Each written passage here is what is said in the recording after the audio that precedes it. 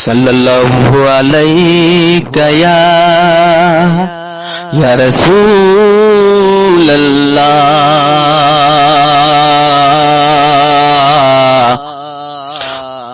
وسلم علیک یا حبیب اللہ. پڑھیے صلی اللہ علیہ یا رسول اللہ وسلم علیک یا حبیب اللہ وسلم علیک یا حبیب اللہ.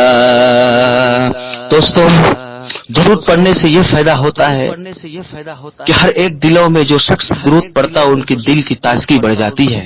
حضرات، آپ کے سماعتوں کے حوالے کرتا ہوں، اگر اچھا لگے تو دعاؤں سے نواز دیجیے گا. بطور خاص مولانا فرمائیں کہ دکھوں نے تم کو جو گھیرا ہے تو درود پڑھو، کہ دکھوں نے تم کو جو گھیرا ہے تو درود پڑھو، کہ دکھوں نے تم کو جو گھیرا ہے تو درود پڑھو، اور حاضری کی تمنا ہے تو درود پڑھو، اور حاضری کی تمنا ہے تو درود پڑھو. پڑھیے صلی اللہ علیہ یا رسول اللہ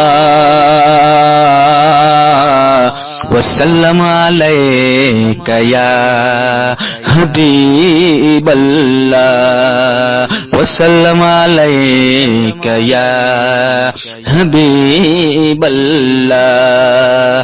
اور حضرات، ایک شعر ایک مطلب آپ کے سماعتوں کے حوالے کرتا ہوں، اور ہمارے جو سامنے بیٹھے ہوئے ہیں ان کے حوالے سے یہ شعر پیش کر رہا ہوں. حضرات، اگر اچھا لگے تو ایک بار دونوں ہاتھوں کو اٹھائیے اور لہرا کے بولیے سبحان اللہ.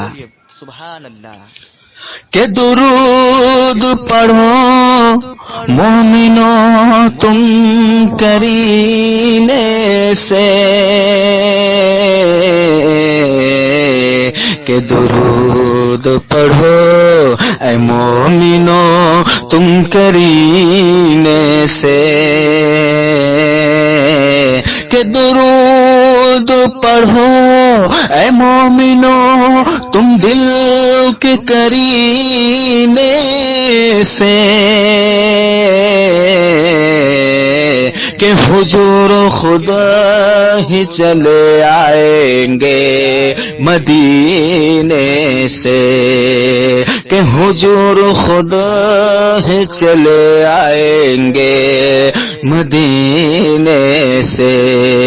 پڑھیے صلی اللہ علیہ یا رسول اللہ